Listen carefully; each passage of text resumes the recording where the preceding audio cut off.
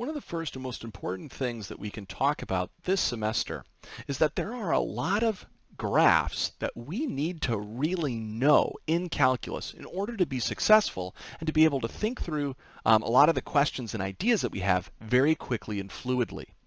So this handout here, which you can find underneath the Exam 1 Materials folder, is imperative for you to read through, make sure you understand, and study.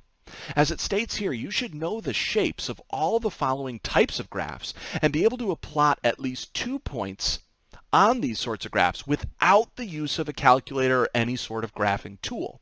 It's very, very useful. So I'll quickly walk through all the different things that we should know. Linear functions. Now these are pretty simple. We know what a line looks like. Similarly with quadratic functions. So we should understand what these functions look like and typically kind of their base structure, that a linear function has an x to the first power only. Maybe a constant added in there or something. A quadratic is going to have an x squared. A cubic function is going to have an x to the third and kind of has this wavy sort of shape.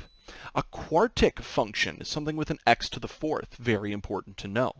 We should also be aware, though, of like a square root function and an absolute value function and what these functions look like.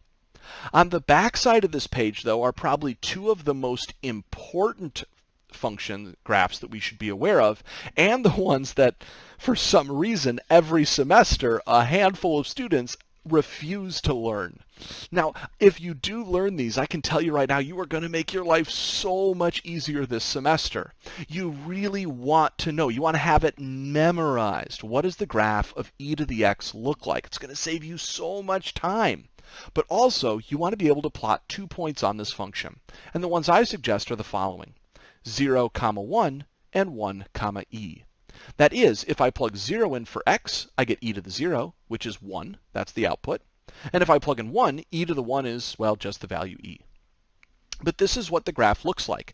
I should note that this does move all the way over towards the right, but it never, towards the left, but it never actually crosses the x-axis. I should also then see here in the natural log function that I have almost the same graph, but it's reversed. That is, all the x's and y's have kind of swapped. I now have the point e, 1 and 1, 0. This is my natural log function, and again, it is so crucial that you know what this looks like. It's going to help you so much. So we'll be able to go ahead and use this picture to help us with a lot of different things.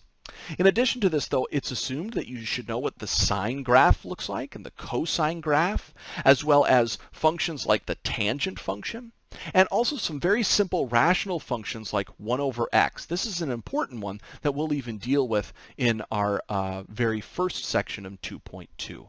So take some time to look this over and to familiarize yourself with this. It's not even a bad thing to maybe have this out and at hand, so when you're working through different sorts of worksheet problems or questions in the notes, if you need to reference one of these graphs, you can kind of pull it out immediately.